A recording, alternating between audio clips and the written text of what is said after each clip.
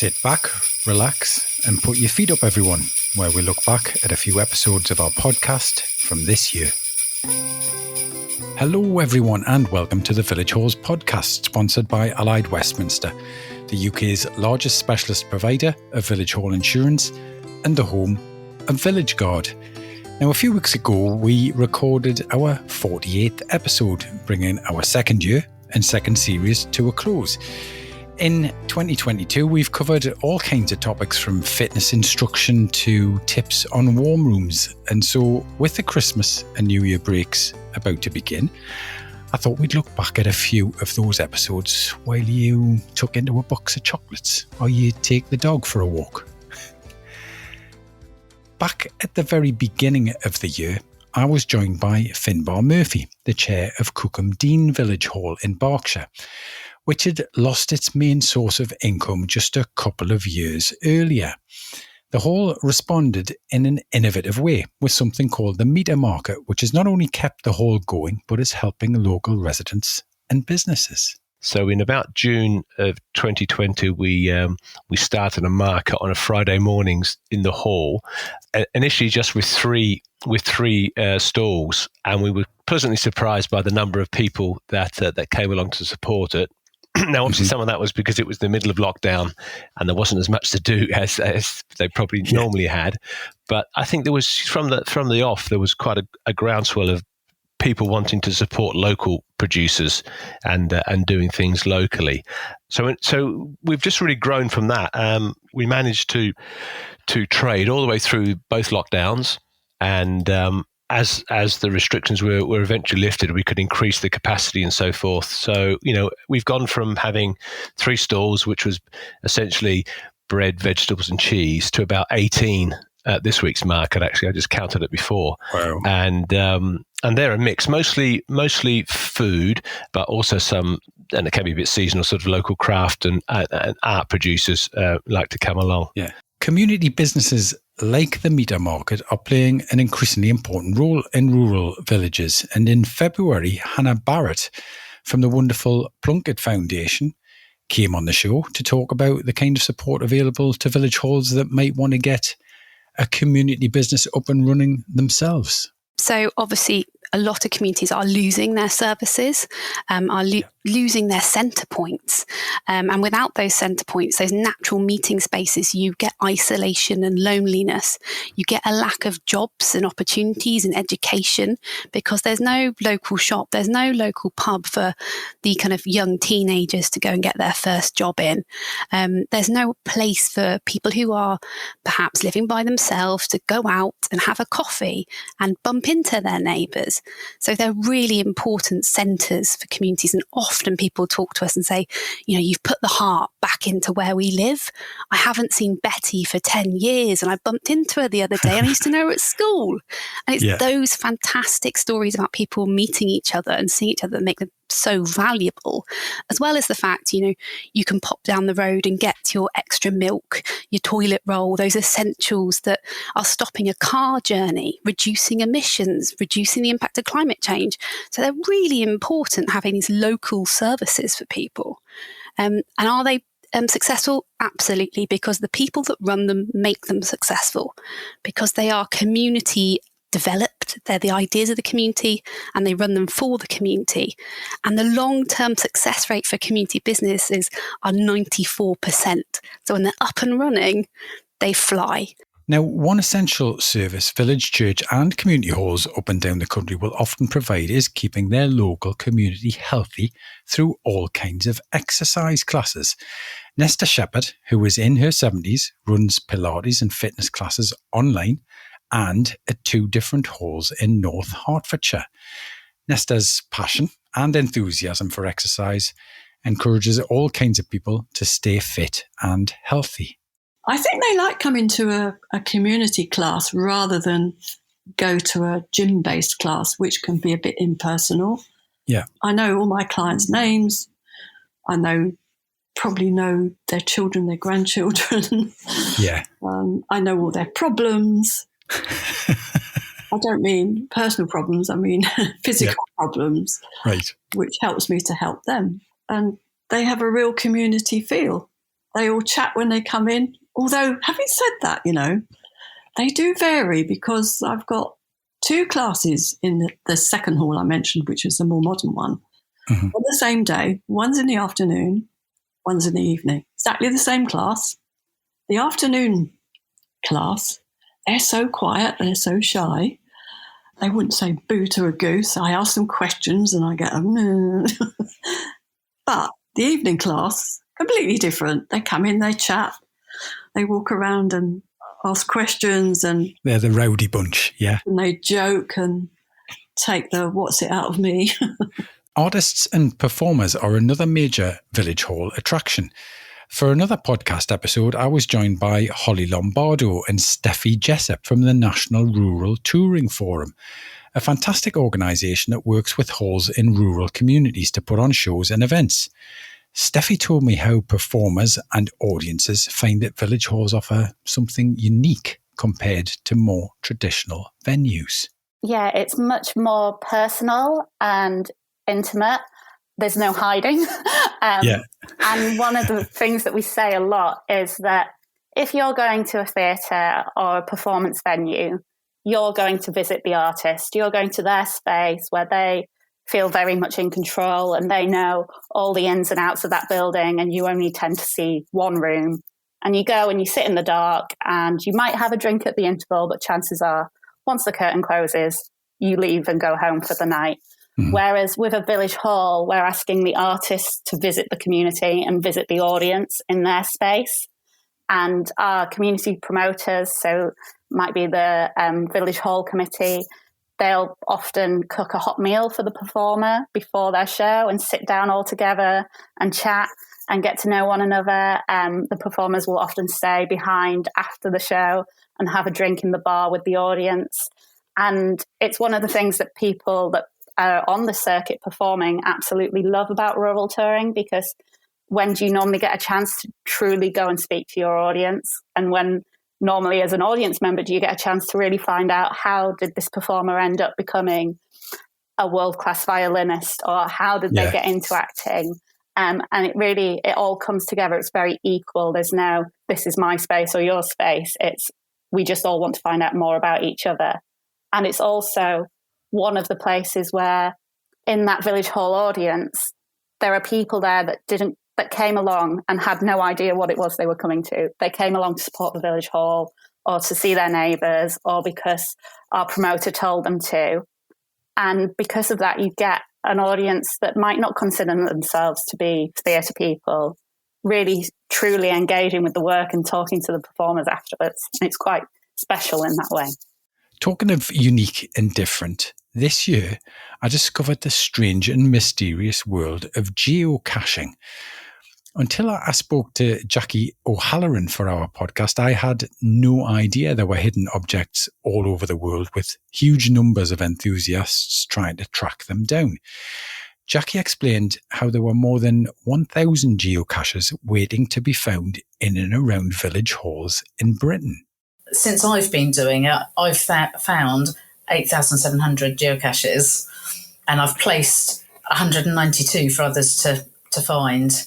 I don't know how you can do that many days out. It's been over quite a period of time, but I have had some times when we've done big days. You know, I've gone away with friends, which is my preferred way of doing it. Although I do geocache on my own, I like it as a social event. So I'll go out with a group of friends or one or two friends and we'll go out geocaching together. And we've had some weekends away and things where we've gone out just purely to find geocaches.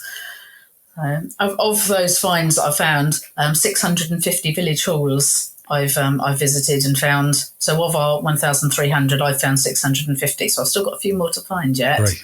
Brilliant. I'm not the top though.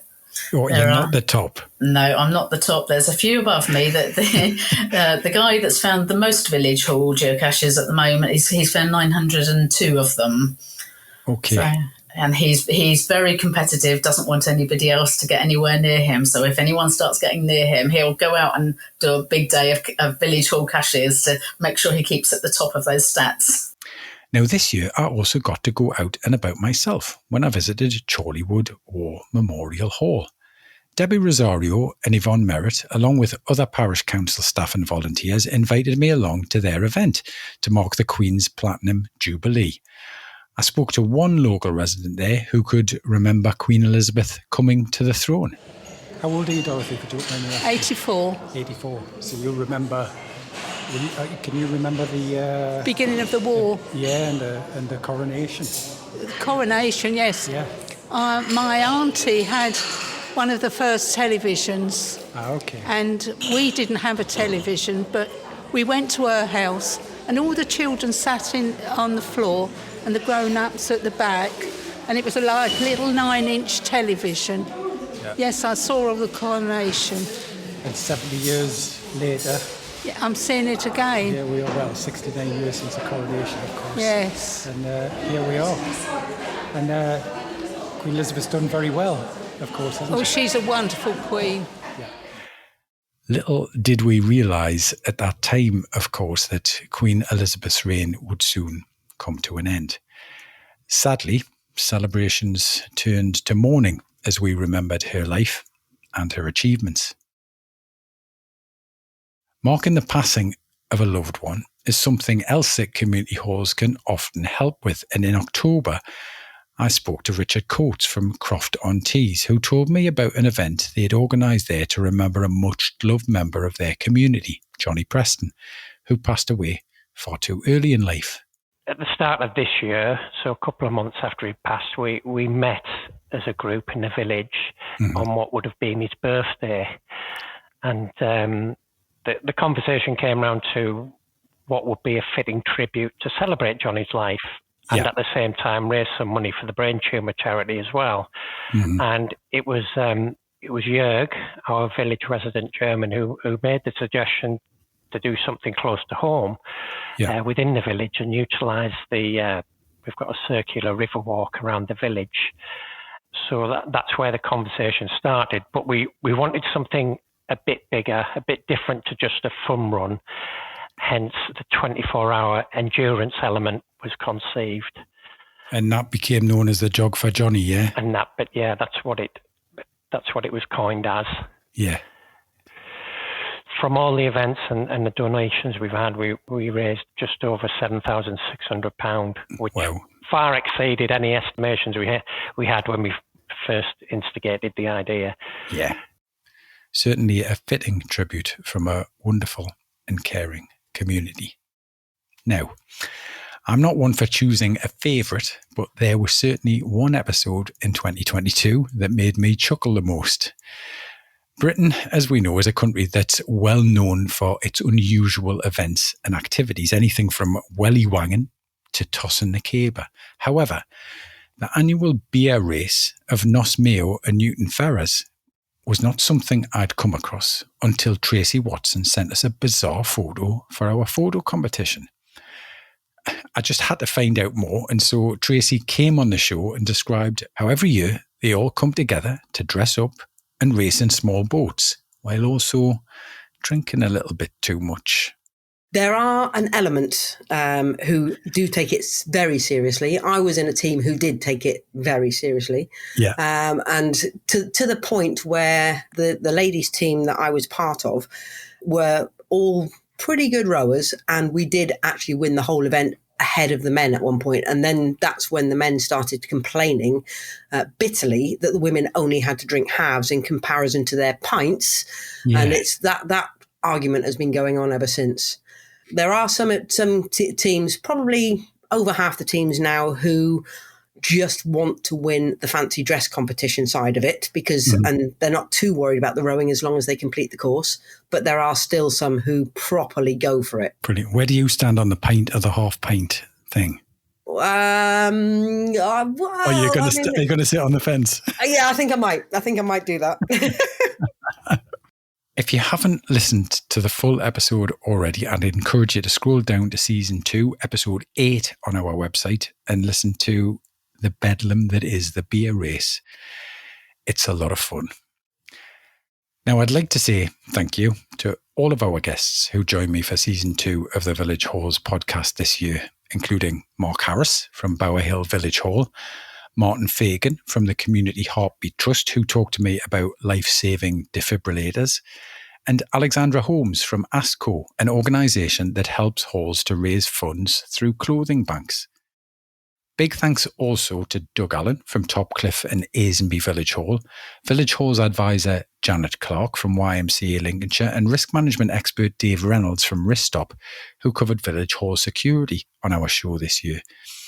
Dr. Darren Handley did a fantastic job in July explaining all about setting up electrical vehicle infrastructure in rural communities. And also my thanks to Andrew Ayres from Irby and Braetoff Village Hall, Nick Cole from Shustoke, who we'll be hearing more from in the new year, and Lizzie Kingston from Framlingham Unitary Meeting House. All wonderful guests who gave up their time to inform and to entertain us throughout the year. Thanks, as always, to our headline sponsor and specialist insurance provider, Allied Westminster, for making our podcast possible, and whose services you can discover more about at villageguard.com, and to online booking system provider Hallmaster, who also sponsor our podcast and can be found at hallmaster.co.uk. And so that's all for Season 2 and 2022 for the Village Halls podcast. My final and most heartfelt thank you of the year goes, of course, to you, our listeners. Thank you so much for tuning in and being part of our listening community, and have a fantastic Christmas, everyone. Let's hope it all goes well, and a very happy new year to you all. I'll be back again soon with a brand new series in the new year. If you get time over Christmas, why not visit thevillagehallspodcast.com and listen to some of our previous episodes. But for now, I'll leave you with a brief section of music, highly inappropriate music, in fact, for this time of year, which was performed by the Chorleywood Orchestra at their event in June. In the meantime, and until the next time, goodbye for now.